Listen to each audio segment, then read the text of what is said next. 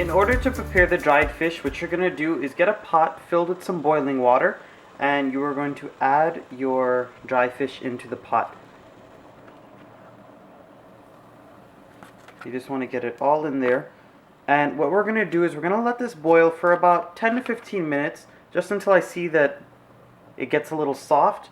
And then after that 10 to 15 minutes, I'm going to come back and drain off this water, and I'm going to refill it back so this way we can put it to boil again.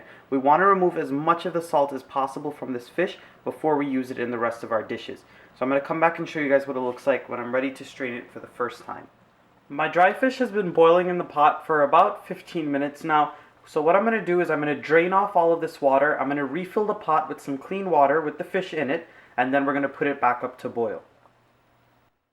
I just drained the pot of all the boiling water that the fish was in for the first 15 minutes, and what I did after I drained it is I filled it with some fresh water, and I have the stove on a high heat right now waiting for this mixture to come up to a boil. Once this comes up to a boil, I'm going to lower the heat to a medium heat, and I'm going to let it simmer for about another 15 minutes, so this way the fish can have more of that salt drained out of it. So once that is done, I'm going to show you guys what it looks like and what we're going to do with it. Alright guys, so after the second 15 minutes of boiling for the dried fish, what I did was I drained it in my colander, and then I gave it a quick rinse just to get any residue off the fish.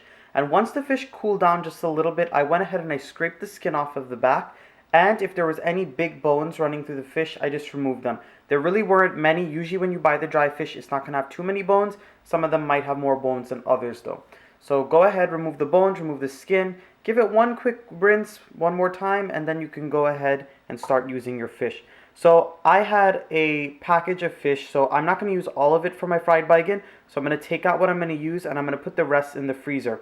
It's really great to have in the freezer because all you need to do whenever you're making a dish that you want to add it to, you remove it from the freezer, throw it into the pot, and it's ready. So what I've done in my pot here is I've heated up a few tablespoons of oil, and I heated it up on a medium heat.